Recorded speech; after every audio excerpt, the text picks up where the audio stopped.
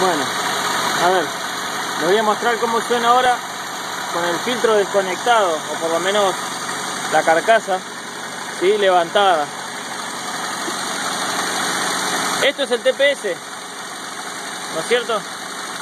Esta ya la limpié completa, no hay nada que obstruya acá, no hay ninguna manguera pinchada.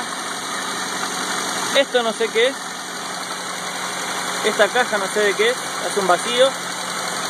Esto vendría a ser el sensor de MAF, ¿no es cierto? Va, es el sensor de MAF, y así suena con el filtro.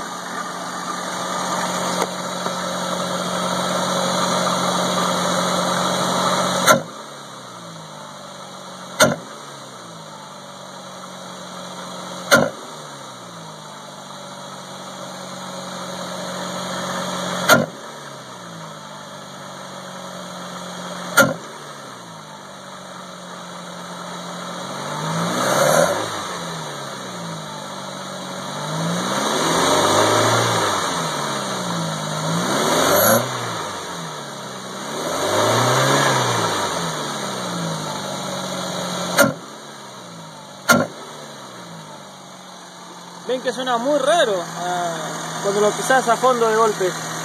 Cuando acelerás despacito no pasa nada, pero si no es rarísimo. Bueno, sigo en la duda.